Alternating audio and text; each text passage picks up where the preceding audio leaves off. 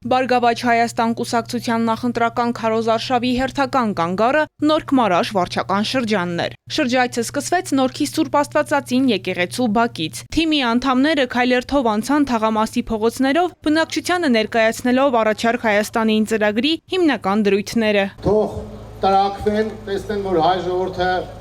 շատ մեծ հաճույքով կարող է Արարատին նայել, հատկապես Նորք Մարաշի ժողովուրդը ավելի պարզ ձևով է տեսնում Արարատը, այս իշխանության պայքարը մեր հայկական ինքնության դեմ է եւ մենք դրա համար նաեւ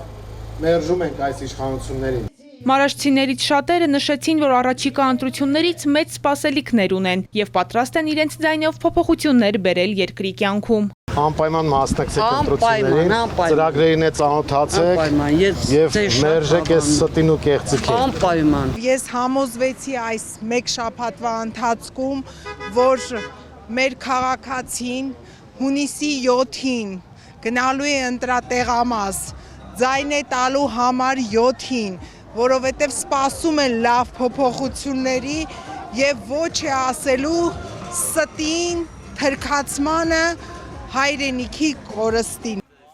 Բնակիչների հետ երկխոսության առանցքում նաև անվտանգության մարտահրավերներն էին։ Պատգամավորության տեխնացուներն ընդգծեցին, որ իշխանության քարոզած խաղաղության թեզերը չեն համապատասխանում իրականությանը։ Համաձայն նույն այս իշխանության կիրթ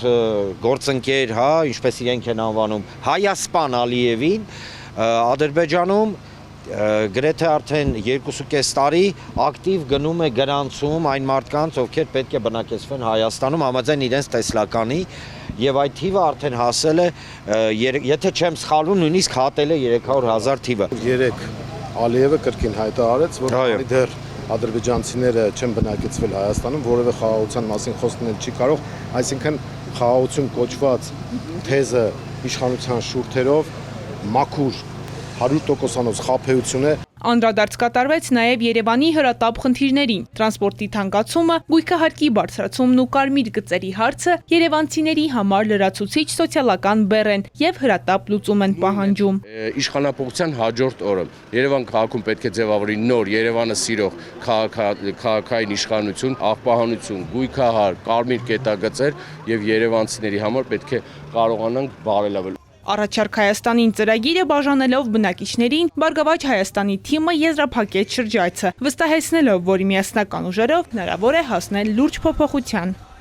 Ալինա Սահակյան, Հարություն Հովսեփյան, Էպիկենտրոն։